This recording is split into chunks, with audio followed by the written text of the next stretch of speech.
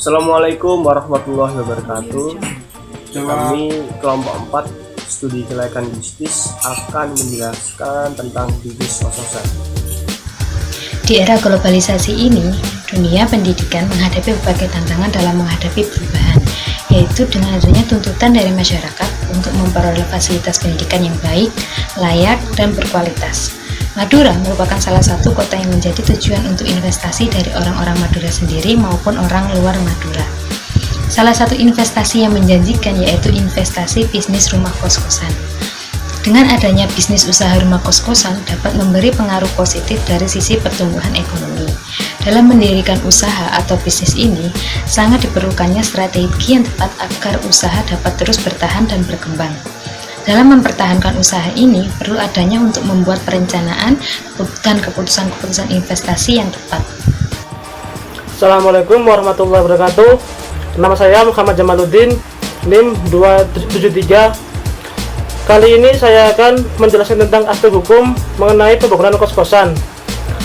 Aspek hukum adalah tentang legalitas suatu bisnis usaha yang akan didirikan dan kemudian dioperasikan.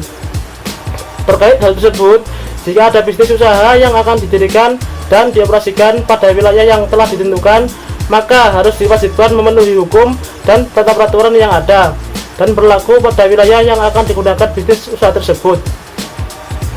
Dalam meningkatnya perkembangan bisnis yang ada pada saat ini dan dengan meningkatnya jumlah penduduk, maka akan sangat menguntungkan jika memulai bisnis kos-kosan di daerah yang padat penduduk. Adapun surat-surat yang digunakan untuk melakukan bisnis usaha tersebut, izin dan referensi yang dimilikinya, serta adanya fotokopian yang digunakan untuk membuat izin tersebut adalah 1. Surat izin domisili, 2. Sertifikat tanah, hak milik, 3. IMB atau izin mendirikan bangunan, 4. Surat nikah, 5. Kartu warga, 6. KTP. Assalamualaikum warahmatullahi wabarakatuh. Nama saya Dika Fauzan, saya NIM 256. Saya di sini akan memperjelaskan atau membahas tentang aspek teknis dan teknologi kelayakan bisnis rumah kos-kosan. Menurut Sulianto, aspek teknis dan teknologi adalah aspek yang menganalisis tingkat kesiapan teknis dan teknologi dengan ide-ide yang bermunculan dalam bidang bisnis. Adapun beberapa hal yang harus diperhatikan dan penting dalam aspek teknis dan teknologi dalam suatu bisnis kos-kosan. Yang pertama kita bahas yaitu lokasi bahan bangunan dan modal. Tentunya kita tidak perlu memerlukan modal yang sedikit, tetapi modal yang amat banyak untuk membangun suatu rumah bisnis rumah kos-kosan. Dan untuk menentukan lokasinya, kita juga harus menentukan dengan tepat dan cepat, tepat dan aman, yaitu dengan menentukan lokasi yang sangat strategis yang dekat dengan perkotaan, kawasan industri, kawasan kegiatan perkuliahan dan lain sebagainya. Kami ambil dari Jalan Telang Indah, ya, di mana jalan tersebut dekat dengan kawasan kampus Universitas Trunojoyo Madura, dan juga terdapat pertokoan dan minimarket. Yang kedua, penentuan luas produksi. Penentuan luas produksi ini dapat dilihat dari segi ekonomis atau modal dimiliki. Untuk modal dibutuhkan tidak sedikit. Sebagian besar modalnya untuk memulai bisnis kos-kosan masuk ke dalam persiapan lahan dan bangunan, serta fasilitas penunjang AC, furnitur, dan desain eksterior. Tidak hanya di situ, kos-kosan ini juga harus mempersiapkan anggaran untuk listrik, air, gaji, asisten rumah tangga, dan lain sebagainya. Yang ketiga, tata letak atau layout. Tata letak di sini merupakan proses menentukan konsep dan mengatur penempatan fasilitas layanan yang ditawarkan kepada pangsa pasar kita, tidak hanya mahasiswa tetapi juga karyawan-karyawan toko, karyawan fast food dan minimarket yang ada di sekitar. Sesuaikan fasilitas layanan yang ada yang kami tawarkan dengan calon penghuni, contohnya mahasiswa tentunya tak lepas dari internet dan wifi untuk melakukan tugas-tugas kuliah. Kami juga memfasilitasi AC, kamar mandi, pemanas air, televisi, dan sejenisnya. Dan untuk karyawan sendiri kita juga memfasilitasi AC, kamar mandi dalam, kamar mandi luar, wifi, internet, televisi, dan kamar tidur, dan lemari pakaian. Yang terakhir, teknologi. Pemilihan teknologi diinginkan terkait dengan meningkatkan penjualan kos-kosan. Di era digital ini sangat mudah untuk meningkatkan penjualan kos dengan cara meningkatkan melalui aplikasi atau web. Kami di sini kelompok 4 memilih ambil contoh aplikasi mamikos.com. Nah, mamikos.com ini adalah aplikasi atau situs web yang memudahkan pemilik kos dengan para calon penghuni kos, yang dimana nanti calon penghuni kos akan menjumpai kos kami di aplikasi web tersebut. Dan itu saja yang dapat Saya Lukman Bagus Saputra, NIM 243. Selanjutnya saya akan menjelaskan tentang aspek pemasaran daripada bisnis kos-kosan. Sebenarnya untuk pemasaran di bisnis kos-kosan ini tidaklah sulit. Sebelumnya ada 4 hal yang harus diperhatikan dalam membangun bisnis kos-kosan. Yang pertama adalah lokasi yang strategis, yang mana lokasi ini berada di dekat area seperti kampus, sekolah maupun pabrik. Yang kedua adalah berada di pusat kota, yang mana kota ini akan kedatangan orang-orang dari kota-kota lain yang akan kuliah, sekolah maupun bekerja. Yang ketiga adalah tempat berada di perdesaan yang asri, yang mana ini menjadi pilihan untuk calon penghuni kos untuk memilih tempat yang asri untuk melepas penat daripada rutinitas sehari-hari. Terus yang keempat adalah tempat yang bersih. Ini menjadi hal yang sangat penting untuk diperhatikan karena bersih adalah segalanya untuk bisnis kos-kosan ini. Selanjutnya adalah fasilitas-fasilitas yang harus diperhatikan, dan pemilik kos-kosan bisa memilih fasilitas-fasilitas ini seperti kamar mandi di luar atau di dalam, kemudian meja, kursi, kasur, lemari, tempat parkiran yang luas, wifi, kemudian yang lain-lain. Selanjutnya adalah pemasaran itu sendiri untuk kos-kosan ini. Yang pertama adalah lewat mulut ke mulut. Ini adalah cara yang klasik sebenarnya dilakukan, cara tradisional yang bisa dilakukan untuk menarik calon penghuni. Ini bisa melalui lisan, menyebarkan informasi terkait dengan kos-kosan melalui lisan kepada orang-orang yang sudah dikenal maupun belum dikenal. Kemudian melalui banner atau poster. Hal ini bisa dilakukan, sangat mudah dilakukan dengan membuat banner atau poster kemudian ditempel di tempat-tempat yang dilalui banyak orang, akan menjadi cara yang efektif. Terus yang ketiga adalah melalui sosial media, yang mana untuk saat ini sosial media telah menjadi solusi yang sangat jitu untuk memasarkan bisnis kos-kosan ini. Tinggal menaruh foto daripada kos-kosan itu, kemudian dikasih keterangan fasilitas, kemudian harga, nomor telepon dan lain, akan mudah dilakukan dan akan mudah mendapatkan penghuni kos tersebut. Dan yang ketiga adalah melalui aplikasi yang ini adalah aplikasi Mamikos. Untuk aplikasi ini sangat memudahkan. Sebenarnya sistemnya sama dengan sosial media, tapi Mamikos ini adalah platform khusus untuk mencari kos-kosan atau tempat tinggal. Tinggal menaruh foto, kemudian fasilitas, alamat, kemudian nomor telepon, maka hal tersebut akan mudah diakses oleh pencari kos tersebut. Assalamualaikum warahmatullahi wabarakatuh. Saya Indah Firnanda. Aspek keuangan bisnis rumah kos-kosan. Menurut Kasbek dan Jakfar 2003, untuk mendanai suatu kegiatan investasi, maka biasanya diperlukan dana yang relatif cukup besar. Perolehan dana dapat dicari dari berbagai sumber dana yang ada, seperti dari modal sendiri, atau dari modal pinjaman, atau dari keduanya.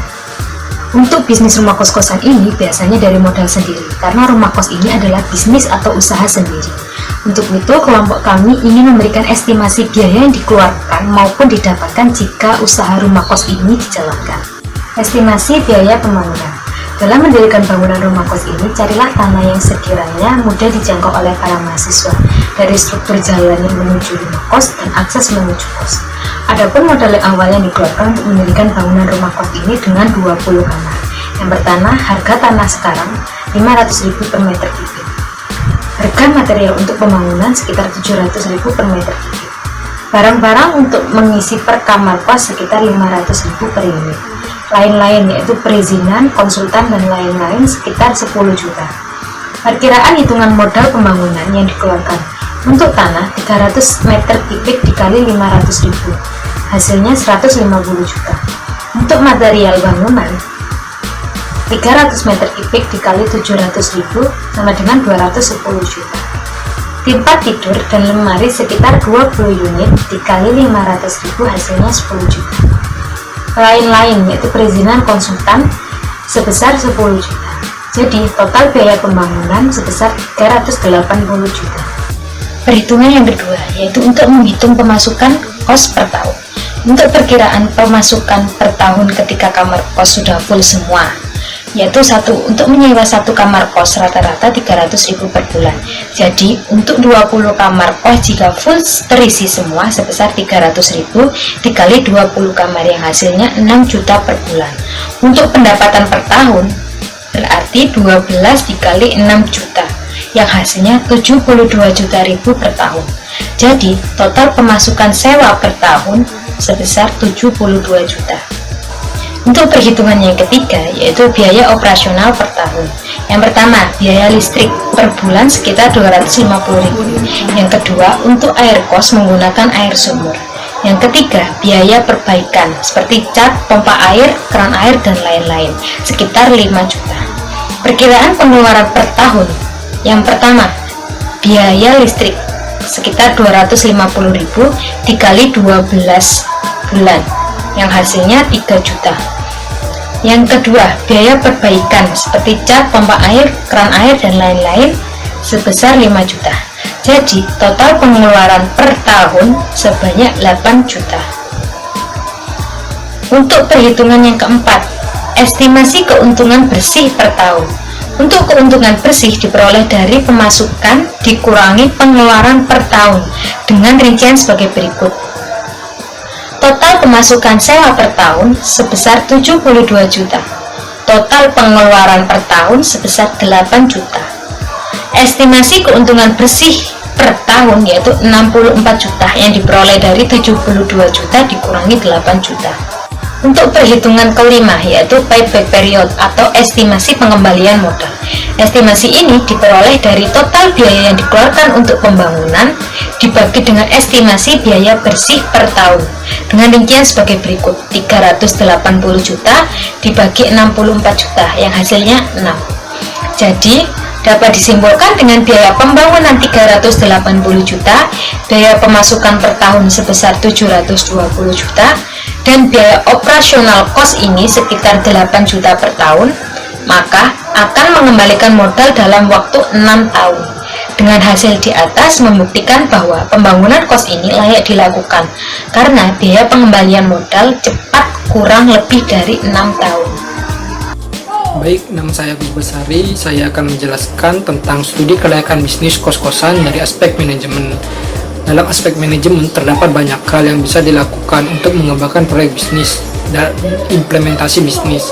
Oleh karena itu, diperlukan manajemen yang handal dalam mengatur segala sesuatu yang berhubungan dengan bisnis. Terdapat beberapa pendekatan yang dapat dilakukan untuk mengkaji layak tidaknya suatu usaha bisnis dalam aspek manajemen, yaitu sebagai berikut. Yang pertama, perencanaan, planning, pengorganisasian, organizing, pengarahan, actuating, pengendalian, controlling. Perencanaan adalah tahap pertama dalam memulai usaha bisnis kos-kosan. Tahap ini menentukan tercapainya tujuan dari usaha, seperti penentuan misi, visi, penentuan lokasi, serta penganggaran modal yang harus dikeluarkan. Pengorganisasian, usaha kos-kosan merupakan usaha perseorangan, usaha yang dimiliki, dipimpin, dan dikelola oleh seseorang yang bertanggung jawab penuh terhadap usaha kos-kosannya. Oleh karena itu, pemilik memiliki wewenang dan tanggung jawab atas semua aktivitas dan risiko seperti pembagian kamar, pembuatan peraturan, serta keuangan dari usahanya. Selanjutnya, tahap pengarahan, di mana pemilik harus berusaha menggunakan kekuasaan secara tegas dan positif, terutama dalam mengambil keputusan, sehingga dapat memberikan arahan yang baik kepada penghuni kos-kosan. Selanjutnya, pengendalian, Pengendalian adalah tahap terakhir yang harus dilakukan oleh pemilik usaha kos-kosan. Metode pengendalian atau pengawasan yang digunakan oleh pemilik harus bersifat fleksibel, dinamis, dan ekonomis agar tidak membebani terhadap penghuni kos-kosan. Assalamualaikum warahmatullahi wabarakatuh. Nama saya Habibur Rahman NIM 229. Di sini saya akan menjelaskan tentang aspek lingkungan dalam hal membangun bisnis kos-kosan di daerah kampus UTR. Lingkungan merupakan salah satu faktor yang sangat berpengaruh terhadap perkembangan bisnis. Sebelum memulai atau mendirikan sebuah bisnis kos-kosan, terlebih dahulu kita haruslah menganalisis aspek lingkungan tersebut untuk mengetahui apakah lingkungan tersebut sesuai dengan ide membangun bisnis kos-kosan dan apakah manfaat membangun bisnis kos-kosan di lingkungan tersebut lebih besar nilai positifnya dibandingkan dengan dampak negatifnya. Tujuan menganalisis aspek lingkungan tersebut adalah: 1. Menganalisis kondisi lingkungan operasionalnya. 2. Menganalisis kondisi lingkungan ekonominya. 3. Menganalisis dampak positif maupun negatif bisnis terhadap lingkungan. Dan yang terakhir, menganalisis usaha-usaha yang dapat dilakukan untuk meminimalkan dampak negatif bisnis terhadap lingkungannya. Nah, dalam hal tujuan tersebut, kalau kita ingin membangun bisnis kos-kosan di daerah kampus UTM, mungkin dari semua rincian tujuan tersebut sudah sangat sesuai dan sangat mendukung untuk membangun bisnis kos-kosan di daerah UTM. Ya, mungkin cukup sekian yang bisa saya sampaikan, kurang lebihnya mohon dimaklumi. Assalamualaikum warahmatullahi wabarakatuh.